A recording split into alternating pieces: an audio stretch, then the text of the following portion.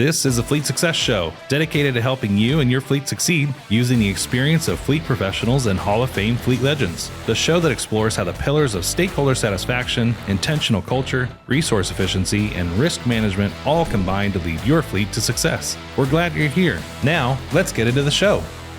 Hi, everyone.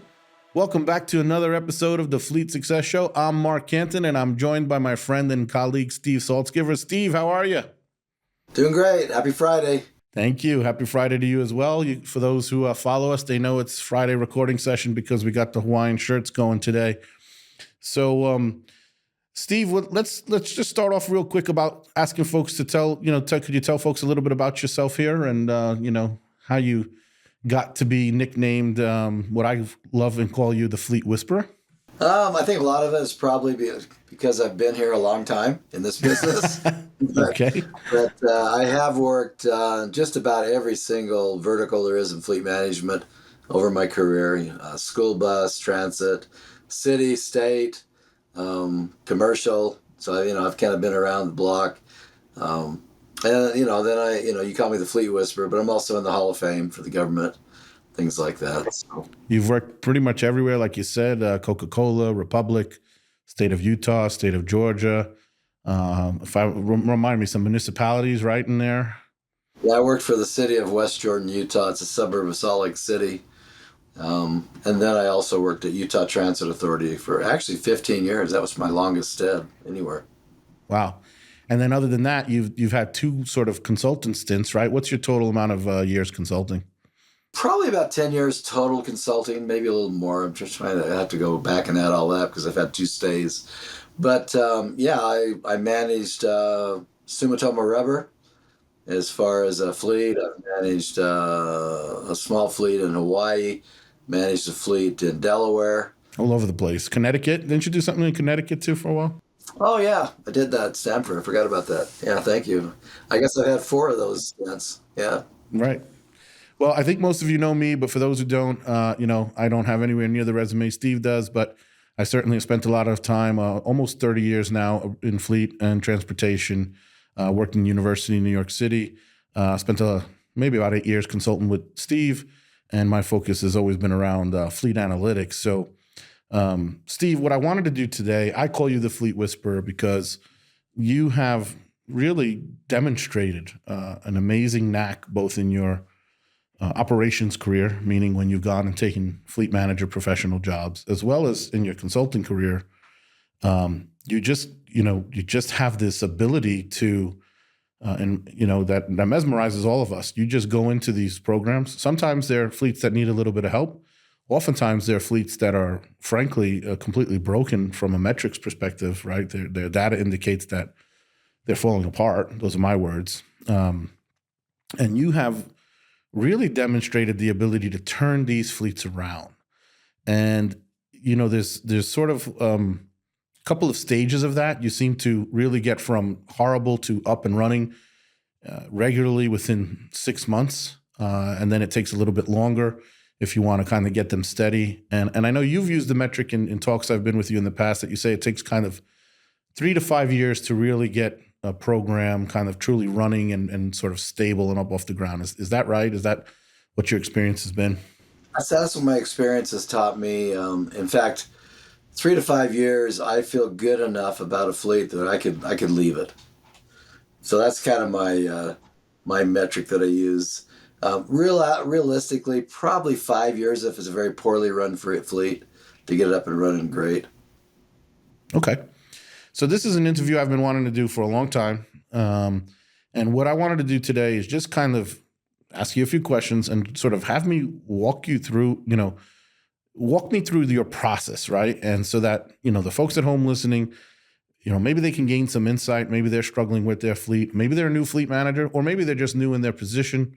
And hopefully they can gather something from your experience and your expertise on how they might go tackling or improving, or in many cases, transforming their fleet. So bear with me here. I'll walk you through it. If I ask you a question and there's more to it than what I've asked, by all means, add wherever you see fit, and we'll take it from there. So right off the bat, let's say you're hired, right? Whether it's you just got hired by that organization or, it's a gig with us and they say, hey, we need help. and we send you out and say, all right, Steve, go turn that fleet around, go get them going. What's the very first thing you do? What's day one look like for you? Day one consists of trying to meet as many stakeholders as possible. So whether that be probably most likely it's internal, with the fleet organization. Then I'll start setting up appointments with key customers like, public safety if I'm in government, or, administration or other big departments, depending on who they are. And during those conversations that I set up, I ask a lot of questions like, what opportunities do you see for improvements? What are your challenges that you're facing? And then I really take, and there's quite a bit of process behind that. I mean, it's lots of interview hours. And I probably take within at least 1 to 4 weeks to do that, depending on how many stakeholders there is. And then I basically coalesce all that information I try to distill it into a couple of top maybe initiatives. And I'm also looking at the same time when I'm talking to the fleet folks, what are you using to track metrics? What metrics do you track? What are you doing as far as things like preventive maintenance, those kinds of things. So I really try to put together a portfolio. Once I determine what the biggest rocks we call are, and classic one, the last thing I did, obviously we had issues with asset availability that became number one, popped to the top. And that was a combination of not only the fleet folks, but also many of their clients. They weren't getting their assets out of the shop in time. And there was a lot of downtime things. So I knew immediately, like we've always said, that's the granddad. If you have no asset availability, you got nothing. So I immediately went to work on that one. But then you also have to look at lead measures that tie into that. So you hear the feedback and you're kind of both quantifying, hey, I keep hearing the same thing. I got a theme here and then maybe you're weighting some of those based on your own experience. Availability is obviously super important. So and then that's how you're coming up with those top 3 initiatives. And first off, is that right? Am I kind of gathering that properly, what you're just explained to me? I would say yes. That's what I'm trying to do is I try to find the top 5 things, basically. Top 5 things. Okay. And let's pause on that too, because you're being pretty specific, 3 to 5 things, right? So let's pause on that for a second. Why is it 3 to 5 things? And if these fleets are falling apart, I'm sure you hear like 200 things, especially in 4 weeks of interviews, right? Why is it 3 to 5 things? Well, I think you have to filter out the noise, for one. And you have to really prioritize and work on the things that really matter, and the things that always matter. Customer service always matters. Cost always matters. The number of transactions always matters, so you try and filter out all the noise and you look for the big things that frankly just matter, and you start working on those. You talk, a lot of people ask me in fleet, what matters? Well, asset availability matters. PM compliance matters. Customers matter. I can give you a list of these, but people matter. The ones I've just now listed, assets, people, those, and fuel as maybe third, those are your 3 highest costing things in fleet. So a lot of your focus should be right there, right? I mean, that's immediate. So now you were going to get into this concept of like a leading metric. So availability, and again, we'll peter it out, but right, if the asset isn't available, it's no good to you, right? You can't use it to get the work that's done. We talk a lot about it. We talk a lot about the costs and the hidden costs. So, I think most of our listeners will probably accept that. But you mentioned something that I don't think we've talked a lot about on this show, this concept of a leading metric. So go ahead. Where were you going with that? Well, a lead metric essentially is a metric that is a predicting metric. A lag, let me back up. A lag metric is usually what people look at. PM compliance, right? 30 days after you did your complete PM compliance, you see it, it's a lag. There's nothing you can do about it. It's already happened. A lead measure is a metric that you try and dive into that predicts something that's going to impact the lag. So, for example, PM compliance. I look for things like, are we doing DVIRs every day? And I can measure DVIRs on the day, right? That's immediate, on the hour, on the vehicle, right? And so by the time I got the lag measure for a PM compliance, I got 30 days of lead measures. So I can figure out if I'm going to hit that just because of that measure. I can look at the shop and I can see, do we have the right diagnostic equipment? Because that diagnostic equipment and that technician training, if they have training, is going to make a big difference for me to get where I need to on those lag measures. So I'm looking at the things before the lag measures are actually tracked. If that makes sense. They're Interesting. actually Yeah, quantified. makes a ton of sense. Makes a ton of sense. So now you're able to use those to essentially predict what those lag measures are going to be and kind of identify, all right, in order to impact those lag measures, let me go fix these leading indicators kind of a thing. Right. And and lead measures are sort of a pseudoscience, I suspect. I mean, that's probably the best way to do it. They're not always correct, and they're very difficult to back into and find. And so you have to do a lot of trial and error on those. But once you get experience, you kind of have a good feeling of which ones impact what. So I feel like now that I have been around for 40 years, I have a pretty good idea what to look for. Sure. And is there ever like a chain relationship? I'm thinking about how to word it where, like you said, the DVIRs is a leading metric to predict PM compliances, and then maybe PM compliance is a leading metric to predict scheduled versus unscheduled repairs, which is then a leading metric to predict something like availability, for example, right? Is that kind of how it works, or? Well, I mean, that's the other thing you look at too. What does the scheduling look like in the shop? How are they doing that? How is the customer communication working? Do they talk to customers every day to let them know when their PMs are due? Those kind of things. Do they do that a week or a month in advance? Those are all lead measures to PM compliance. Another lead measure for PM compliance, and while we're on that topic, is what I call PM leveling. If I have 100 PMs due, and I'm just using a round number, if I have 100 PMs due in 30 days, because that's usually when you do your compliance, that means I have 25 PMs I got to do per week to be 100% compliant. Well, I got 5 days in a week. That means I got to do 5 PMs per day. So a lead measure would be, okay, by the end of the 8 to 5 shift or whatever you're working, have I done 5 PMs? If I've done 5 PMs, by the end of that 30 days, I'm going to be 100% compliant. And if I slip and I miss one, then I got to do 6 the next day, right? And just cascades. Yeah. So Otherwise, I mathematically can't possibly be compliant. I can't get enough done. Right. Okay, so that's interesting. So let's kind of reset here. Go back day one through, depending on the size of the fleet, day 1 through day 7, or maybe day 1 through day 30, is really deep diving, engaging in stakeholders, up and down, leadership, fleet customers, technicians, staff, whatever it may be, and just doing a lot of listening is what I'm hearing you say. And then you start to really, or maybe a little bit of overlap there, you start to really dive into the metrics. You look at the lagging, but you really want to kind of get in front of these leading metrics and start to sort of gain some insight into what's triggering these issues with the lagging metrics, sort of a thing. Is that so far we're okay? All right. So what happens next? Or and I know it's not perfectly sequential, so folks will have to listen. it all varies by organization, but typically, I would advise people always to go in and listen for a few weeks before you do anything, and before you even change anything, because they might have things in place they're just not implement or acting on that are actually good processes, and you might want to activate them.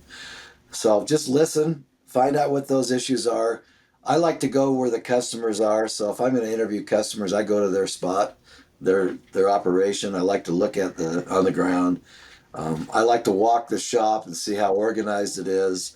I like to make sure we have the right diagnostic equipment in place. I want to make sure all my technicians have the tools they need. I look for impediments like maybe potential union problems, maybe shop parts problems, logistically. So I'm really trying to survey all that as I'm getting into the second month. Once I know what's going on, in one of those particular actually a couple of them, parts was a huge issue. The last one I did, we were right in the middle of the COVID supply chain issues. So I spent a great deal of time trying to get parts. So because parts obviously impact downtime, it's another lead measure. You got to have parts, And so we spent a lot of time doing some sourcing and getting parts delivered on time, so the mechanics had them. The other issues you look at are, do you have enough space? If you don't have enough space, do you have to work multiple shifts? I mean, there's just a number of things you really have to assess and look at so that you can optimize and maximize productivity in that shop. So at some point in there, you're doing like a staffing analysis to determine, do I have the correct count and type of professionals to essentially maintain and manage the fleet that I'm working on? And also, we try to do a skills assessment. I implement it right away. I implement one-on-ones with all the team. So I can sit down with team members and I can talk to them about, what do you need? Where are you at? Tell me about yourself. I get into the weeds with people. I have a tendency, I think if people only respond if they know you care, and I want to know, I want them to know that I care. And I get a few quick wins right off the bat. I mean, they'll come to you, you're like your mechanics, and they'll say, we've been asking for this, and that for several years, and management doesn't care, and they never do anything. So I go to bat, and last stint I was in, for example, we needed some diagnostic equipment that they never had, and they couldn't get. But by just getting that diagnostic equipment within weeks, now you got a good win. Now you got some faithful people that follow you, right? So look for those opportunities to find some quick wins. I mean, that shows a lot, right? You're listening and you're going to do something about it, right? Boy, yeah, that's a big one. And especially when you're kind of coming in, you're new, you're naturally the outsider, at least to start, right? Okay, so that's interesting. So you do some staffing analysis, some math around, do I need more people, do I not? So you can start to socialize that conversation with leadership. You do some skills assessment. Let's pause on that for those two topics a little bit, only in the sense of, okay, I'm sure that at least in some of the cases, you're going to find deficiencies there, right? I don't have good skills, and they need more training, or I don't have enough, or like you mentioned, the facility. How do you handle that, right? You're new, you're in this situation. Sometimes you have leadership that's all on board and they're there to give you any and everything you need to make it work because they recognize the value and the importance. Oftentimes you have leadership who really just doesn't comprehend what the heck is going on, right? Or how important it is. So do you have any thoughts around that? Like, I'm sure you've had some stories about trying to fix that, and I'm sure sometimes it worked and sometimes it didn't, but how do you handle that? I think you have to get your arms around leadership, obviously. I sit down and have one-on-ones with leadership, and if I have to force those, I do. And then I also sit down with them and I show them how I'm going to update them. And you've talked about this before. I mean, I've been using this report format for years, right? Here's what I did, here's what I'm going to do, and here's people in my way. And I use that to motivate and to inform my leadership. And then I also have a metric of the week that I'm following. And so what I try to do once I'm rolled out and get these things going is I'm sharing a weekly report and I'm accentuating and pointing out things like, look where we were last week with asset availability. Look where we are this week. And when they continue to see that we're climbing and we have a glide path towards success, they start reacting very positively in kind. And then they also, you sit down with your leadership and you have little celebrations here and there, right? If you accomplish a milestone, you have a barbecue or you have a pizza party or, you have some kind of a celebration reward. And so I've done that everywhere. And I think management, we bring them in, they participate in that process. I schedule around their availability and it just coalesces the entire team together, essentially. That's really excellent. All right, so now you got the team going. You've identified your targets. You kind of got your metrics up and running there. You know what you're measuring. You sort of got the team rolling now. You're moving in the right direction. You got some momentum, but you're not there yet. You're not at 95% availability and 99% PM compliance or whatever your goals were. What kind of comes next in this? I feel like this is like the middle stages now, right? And and you're sitting maybe you started at 20% compliance and now you're at 35 or 45. So you feel great because you've made all this movement, but you're kind of like, yeah, but I can't live over there, right? I got to keep pushing and get better. Like that's the part where I think most folks run into, they run into a wall, let's say, or they run into trouble because they run out of steam and they don't know how to bring it now to that next step. What do you do? What are some things you've run into? What's some advice you might have? What comes next for the Fleet Whisperer? I always make the metrics visible.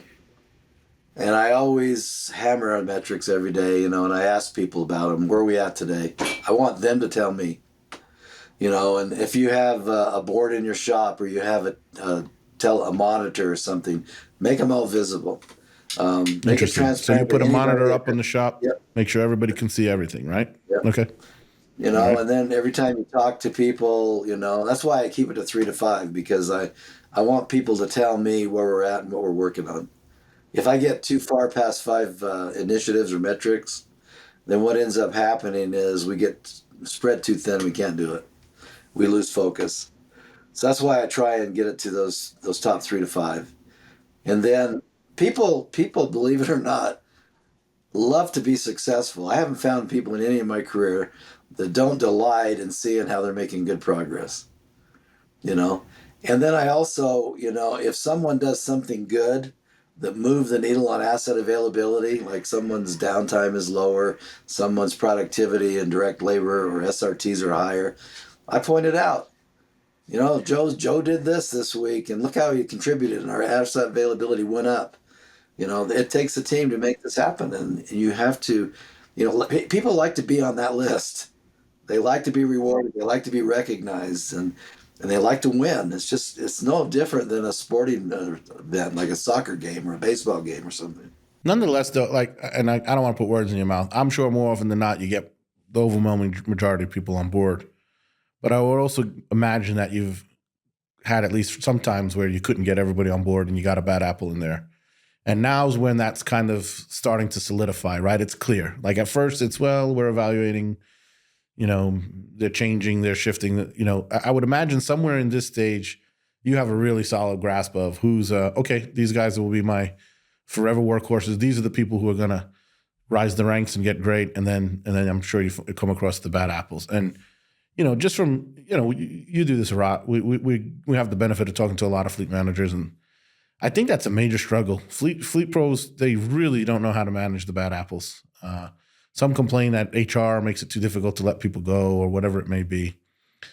What is it fair to say, okay, at this point you've come across some bad apples, and how do you handle that? What are you doing in that scenario? I don't accept that anybody's a bad apple, first of all. Okay, cool. All right, talk us through that. My premise is a positive premise. I go in and I recognize when I see those people, but I believe, and I always have believed, that bad apples come as a result of poor management. And so I try to put my arm around people like that, and I try to sit down with them and say, what are your problems? What are your issues? How can we help you solve your issues? Because if I can solve their issues, they'll solve the bigger issues. And so I've turned a lot of people around in my career. Now I've had a few, that I just couldn't get in their head. I couldn't get them to do anything. But that's really few and far between my experience.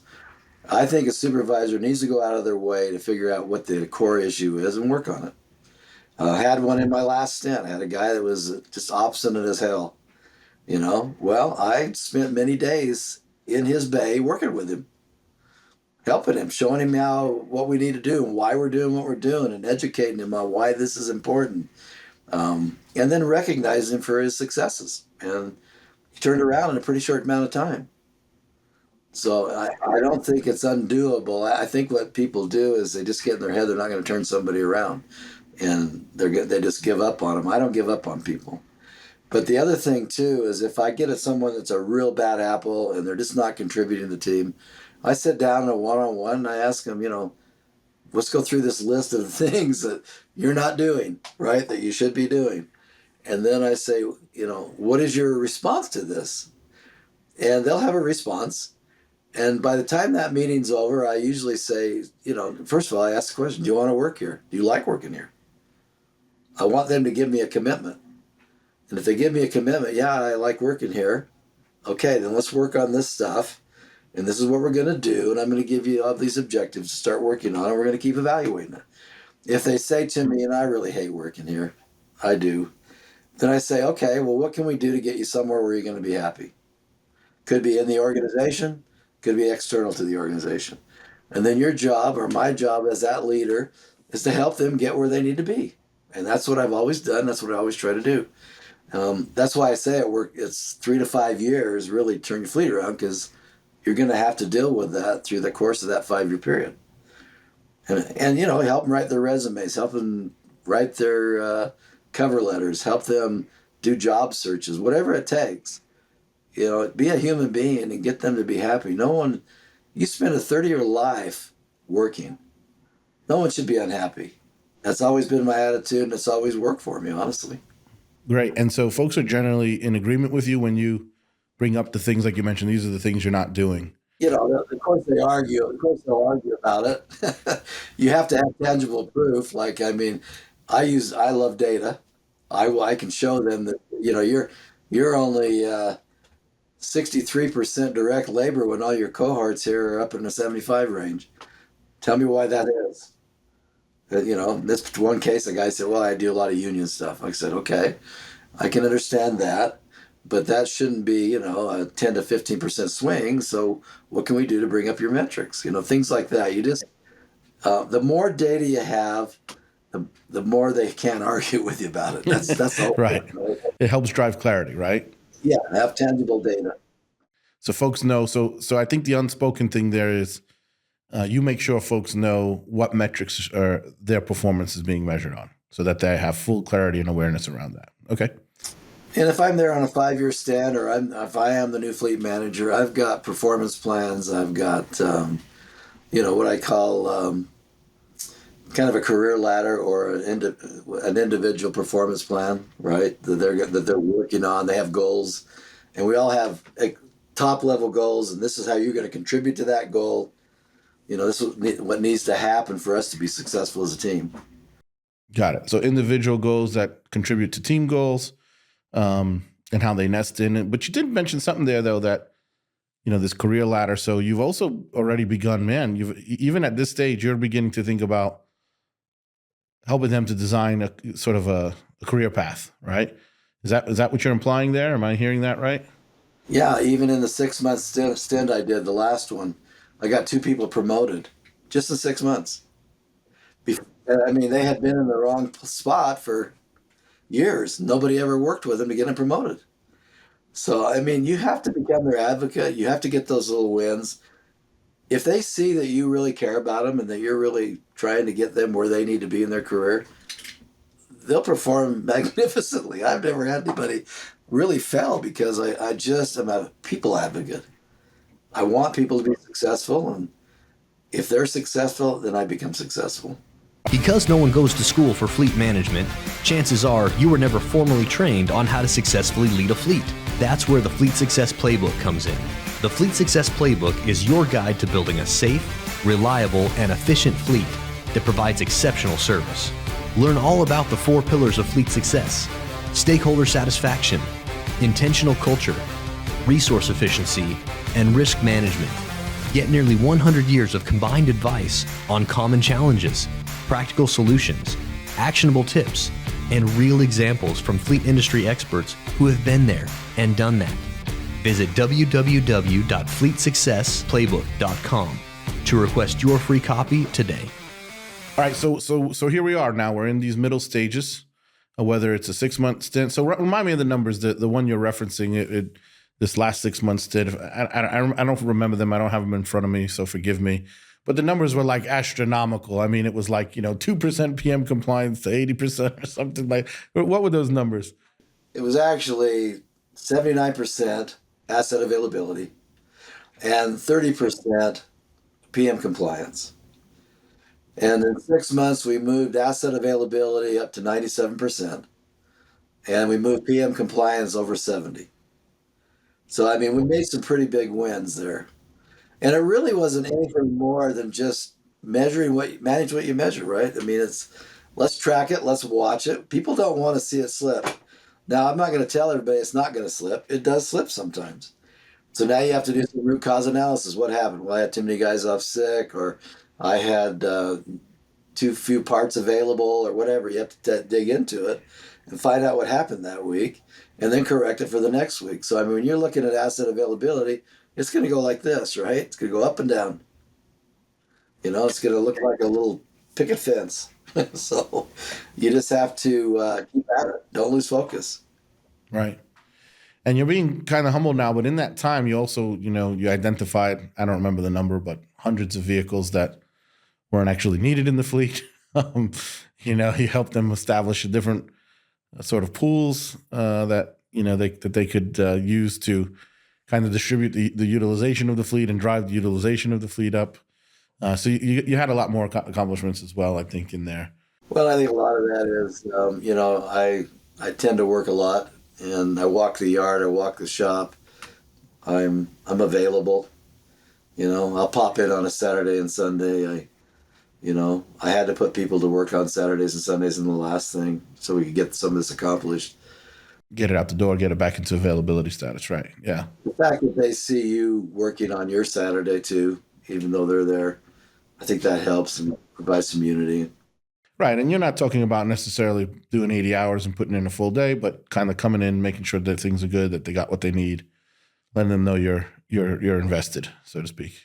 Steps here. Now you're in those middle phases. You've got the people getting measured. You're advocating for them where they need. You've evaluated the talent, like we said. You have a sense of what the need is there, and now you're just running, right? I mean, is it just? But I imagine it's not just wait and see now. I say you develop a scoreboard, you start tracking things, obviously. Once you get asset availability up to where you feel it needs to be, you can't abandon it, but you can back off a little bit from it and then pick up another big rock that maybe you need to start working on, And so, there's always something that you're going to be working on. And so, maybe the next one, if you get PM compliance and asset availability up, in this case, we also did parts availability. So there was 3 major metrics I was working on, but there'll always be another one. Maybe it's comebacks that comes up next, right? Maybe you start working on comebacks and maybe, how long. Once you got that availability way up, you had a lot of vehicles lying around that seemed to be needed before because availability was too low, that now all of a sudden it seemed like, do we really need that many? So that's at least part of the next big rock you tackled there. Right, you start to look at right sizing the fleet, and a lot of the vehicles that honestly that were sitting around were really comfort pillows, and some of them didn't even run, right? But they could get them to run if they had to. But it was really just making people feel comfortable in case they needed a vehicle. But I mean, to give you an example, there was one vehicle in the shop that had been in there for 2 years. I got that out within a couple months. And it was in there because nobody was getting the parts for it. It seemed crazy. I had one vehicle in Connecticut that it was a brand new garbage truck, had been out of service probably 8 months, full of garbage. Yeah. And the transfer station was across the street, and it had an air brake problem, so that the brakes were locked up. So I had him crimp off the lines and had him push it over and dump it out, maggots and all. I mean, it was not pretty. But we brought it back, we cleaned it out, and we got it done. Sometimes you just have to prompt people to do the right thing. Nobody wanted to touch it because it had been sitting too long. That was the problem. All right, I'm going to go back and mix in some questions at other parts of the timeline, but let's kind of jump ahead here for now. You mentioned, you kind of referenced earlier about when you might feel comfortable leaving the fleet. So, in this case, this most recent one you're talking about, it was as a consulting engagement. It was never meant that you were going to stay there forever. It was to kind of get the fleet back up and running, get some qualified people in to kind of keep it going, once you're gone. You mentioned you got some people promoted. So part of this is almost like a fast forward succession plan, right? I would imagine in some ways, which is kind of neat thinking about it in that way, because really all leaders should be succession planning, right? And this kind of forced you to do it sort of in a very sort of meticulous, but what's the word? Maybe not meticulous might be the word, but the very specific or intentful way. It's maybe the way I should think about it. So kind of walk us through that, right? What was the process to get the fleet ready for your departure? And how do you feel good and ready and comfortable that, okay, this thing's going to run on its own. It's going to live beyond me. What are the indicators for you, right? So I know that's more than one question there, but talk to me about those concepts. Well, in this particular case, part of our consulting was to actually hire someone to take that spot. So that makes it easier. So we did a nationwide search essentially, and then hired someone to take that spot. And then we sit down and we orient them and get them up and running and tell them this is what we've been working on, this is where we are. We introduce them to their players, the people, their team, and we get them basically up and running, hopefully to carry the ball forward. It doesn't always work that way. Sometimes, if you've done all your due diligence, hopefully you get the right person in place. Frankly, the one thing about my career, I can be a little vulnerable here, I guess. I'm hard to follow. So there's a lot of fleet managers that followed me that frankly failed. And I feel bad about that, but I don't know how I can correct that. But a lot of it is just my investment, my intensity, my success, my drive. And I've had people tell me that I'm hard to follow. But a lot of that is because I just don't accept failure. I don't accept losing. I mean, just to give you an example, outside of fleet, I coached Little League Baseball for 15 years and I never had a losing season. Never. And all the kids, I don't lose. There's a drive. There's a drive there. You got that for everyone who watched that Netflix special, right, on Michael Jordan. You're Michael Jordan out there yelling at people. I know Timmy in right field is as big a contributor as my shortstop. And so I got to bring Timmy's level of contribution up. So right. So that's interesting. Okay, so there's that. There's a little bit of that. I'm not going to fail unless I stop trying, kind of a thing, right? Unless I give up. We do definitely bust your chops around here at RTA. We call you your high D, because the minute we put an idea in your head, you're off and running and getting it done. There is no pause. There is no hesitation. And 99.99% of the time, that is a wonderful thing. And I can speak to it, directly, all of the things you've accomplished just in this last couple of months for us. But yeah, if you have someone come in who maybe is not quite as high D, I think the team kind of, this is me saying this, but I think the team kind of gets used to having that high D around and having that energy and that push. And the next person comes in and it probably feels to them like a little bit of the pedal being, let up off of a little bit. Yeah, somebody put right off the accelerator. Yeah, exactly. So that's probably part of the challenge. So that's important if anyone's listening who maybe follows you one day. Come in and don't take your foot off the accelerator. But why else do you think that? One key success that I've always said, I love work. I love to be successful. I love to be engaged. I've never been unhappy of anything I've really done in my life, I can't say. I mean, I've cleaned toilets as a janitor. I've worked in guck and muck as a mechanic. Honestly, I just have a positive attitude to those things and I just move on. And I think that helps, I guess.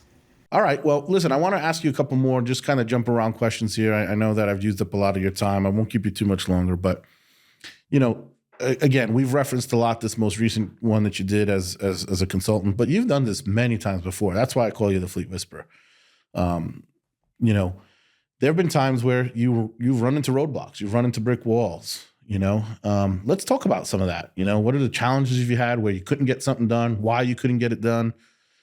Because I want people in the audience to kind of listen and, maybe again, learn from that experience. How did you know, hey, it's time for me to go here. This is not going to work versus, hey, I should keep pushing and try a little harder because, I think there's something here. That's a tough decision for a lot of people to make, especially in our industry. There's a lot of people, I think, out there, Steve, that feel like they're running in the mud, right? They're, or the old saying, banging your head against the wall because they're trying really hard. At least they believe they are. And, they just don't seem to be getting anywhere and they don't know what to do because they love their organization and they love Fleet. So let's talk a little bit about that. First off, just right off the bat, any general thoughts on that comment? And then secondly, tell us a little bit about some of the challenges you have had in your career where again, maybe leadership wasn't the right thing or you couldn't get the resources you needed or whatever it may be. Any of these things that really created a difficult time for you and maybe a little bit of how you overcame them. I talked early on about my career ladder when I was at Utah Transit Authority. I was there 15 years. I decided at that point in time, I had gone through the journeyman program. I was a journeyman mechanic who had been promoted to supervisor.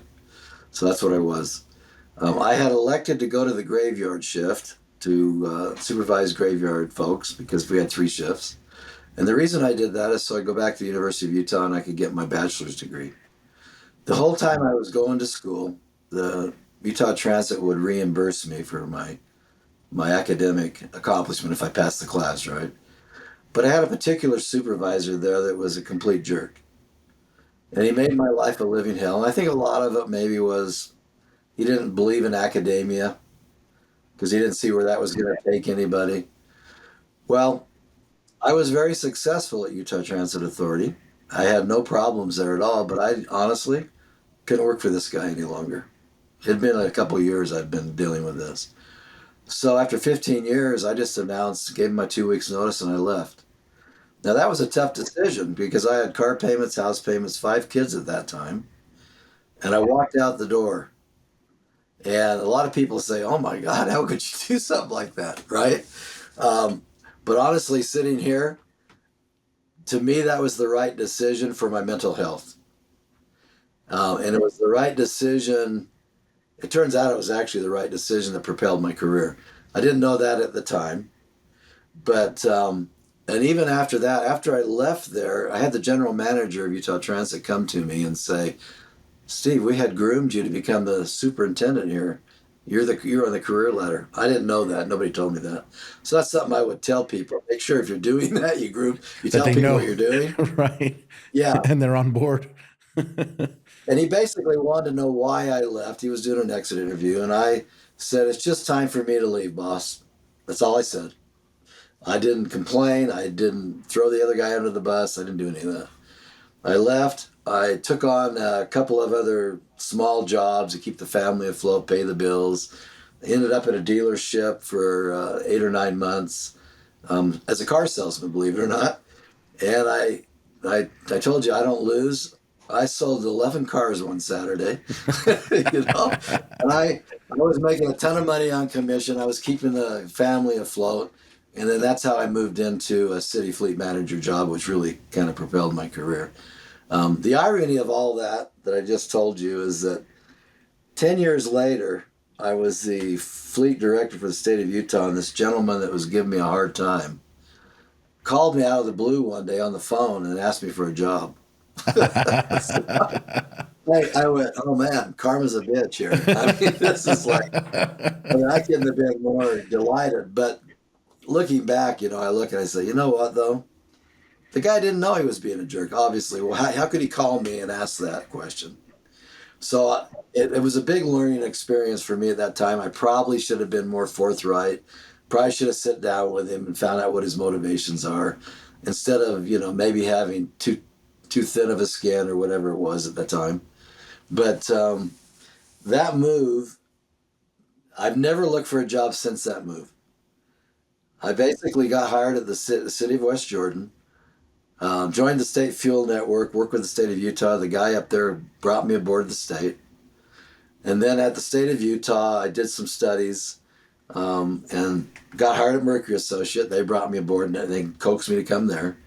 And then while I was at Mercury Associates, I got a call from the state of Georgia, and the guy coaxed me to come to Georgia. And then while I was at Georgia, interestingly, I was actually there in 2008, and I was letting everybody go because it was a bad economy. And I let a guy go that was my number 2, and it was painful because I really loved this guy. But I helped him write a resume. I helped him get hired at Coca-Cola. Long story short, before long, Coca-Cola called me, got hired there just because of that guy, And then when I was at Coke, my reputation was such that I had a headhunter come after me, get me a Republic Services. And then I left Republic Services. Now that was kind of a semi-failure for me. That's a big challenge. I'll talk about that. Republic, I did some great things in the first couple of years I was there, but I ran headstrong into our CFO there. They did not want to replace vehicles, and I showed them the numbers, and they just looked at me like I had, deer to headlights. I said, we cannot keep garbage trucks for more than 7 years. I know that. I've done the numbers. They said, no, we're going to do them 15 years. I said, well, then I'm not any good here. I just flat out said it. I'm no good here. And I told my COO about 2.5, 3 years into that stint, I said, if there's ever an opportunity for me to exit the company. I'm not opposed to that. And he looked at me funny, right? He said, why would you say something like that? Because I said, you hired me to cut costs. You hired me to optimize the fleet, but you're not really listening to some of the things I'm telling you that will do the most. And it was chargeback systems and replacement planning. And he came to me about 4 or 5 months later and said, you know what? This is in October of 15, I think. He said, we're going to do a huge major reorg after January. If you want to exit the company, this would be a good time to do it. And so I took that. I knew I had I should go back. I knew I had a 1-year severance package. Okay. So that made that one easy. So I left the company and got the severance. And then I got on the phone when I got home that night, and I called my old boss at Mercury Associates and said, I'm open for work if you got something for me. And within 10 days, I was back to work as a consultant. So that's, I would tell you that, yeah, you're not going to always have 100% success. You're going to run into some failures. You're going to run into some weenies out there that don't want you to succeed, But you got to recognize it. You got to move on. I always believe good things will happen to good people. And in my life, I'm living proof of it. But there's some lessons in there, Steve. Let's call them out. I mean, number one, you never burned the bridge. That's pretty clear. Which is an oldie, but it's a goodie. I mean, it's one you hear a lot, but you're kind of living proof of why and how that's so important. Another thing that I think I'm hearing in that story is there's a lot of transparency, a lot of honesty. You were honest with people even when it might be to your detriment. You kind of stuck true to, this is what I know is true, and I'm not going to betray that. I always do that. I mean, at Republic, there was one stint where I'd actually shut down the entire C&G program, and that was a big deal to our CFO and our CEO. And they came to me and they wanted to know, who the hell shut this program down? And I said, me, I did it. They, what? Why would you admit to that? Well, because we're having problems with coming engines freezing up in the polar vortex, and I got guys that can't get garbage trucks out, so I shut down the program until I can solve the problem. And they looked at me and said, oh, okay, well, that kind of makes sense. So bottom line is we solved that problem, but, I had another problem like that. I stopped buying at Coca-Cola, I stopped buying Freightliners. That was our number one fleet purchaser because all the turbos kept burning up. I said, okay, no more, we're not buying any more from you. Well, that, you light a fire under somebody, you solve a problem. So I'm very honest that way. And I don't know that I could change, I guess. Sure. I love it. All right. Well, this is going to be my last question for you, and it's not going to be one you expect. It's kind of, I don't think, let's see if I'm right. Cause I think it's a little bit out of left field here. It's not necessarily in theme. You've worked, we've established now, you've worked in pretty much every vertical, large fleets, small fleets. You have used how many different software systems, would you say,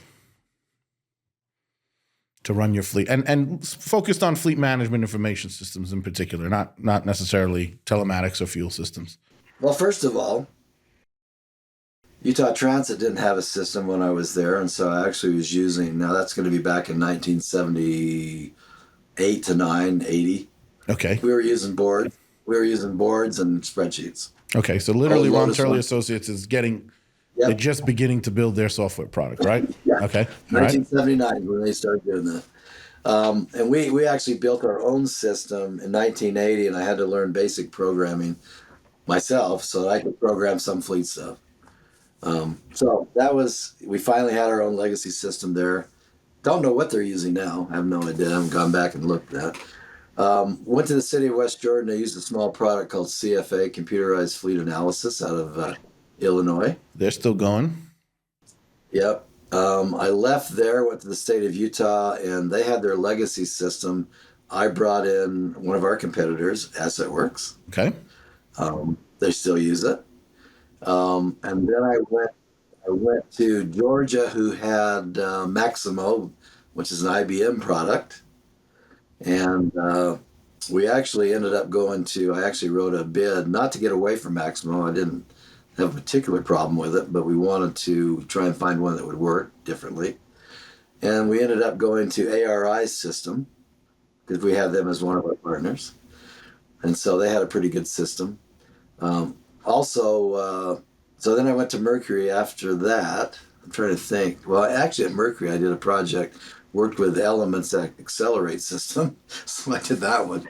And then let's see, I've worked with Faster on several computer program or consulting projects.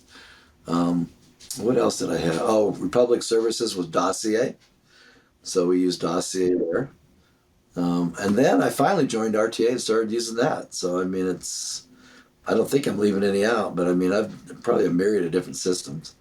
Did use Chevron for a while. If you count the homemade one, maybe 12. I actually ended up writing my own in Access database for Stanford. Yeah, well, yeah, then that's right. Because exactly. I had nothing, I had to do something. So, I mean, sometimes you just do what you have to do to get the data you need, right? Okay. So look, you know this. Josh talks a lot about this. We don't try to push or sell, but I thought this was a good opportunity. We believe in this concept of a fit. Obviously, we love the product we have. We think it's a great fit for most fleets out there. But that's not the angle I'm taking here. What I'm establishing is you have a lot of experience, right? What makes a good fleet system? What makes a system the right fit for your organization? I know I'm putting you on the spot. You didn't expect that one. I think But think through that here for a second, right? Because we have a lot of folks out there who maybe don't have a system or maybe thinking about changing a system. Josh and I did an episode where, a lot of times it's not the system, it's the training or the effort put into learning the system. In other cases, it is the system. It can't do something fundamental that you need or it can't do it well. And that certainly is the case in many cases if you need a particular feature and maybe only us and a couple of others have it and maybe there's some other feature we don't have, right? That sort of a thing. But just talk me through from your experience, high level. We don't have to do like a technical requirements here. How do you identify what are some key elements of a really sound and solid system, and how do you know that it's a good system for your organization? I think first of all you have to understand what your organization is.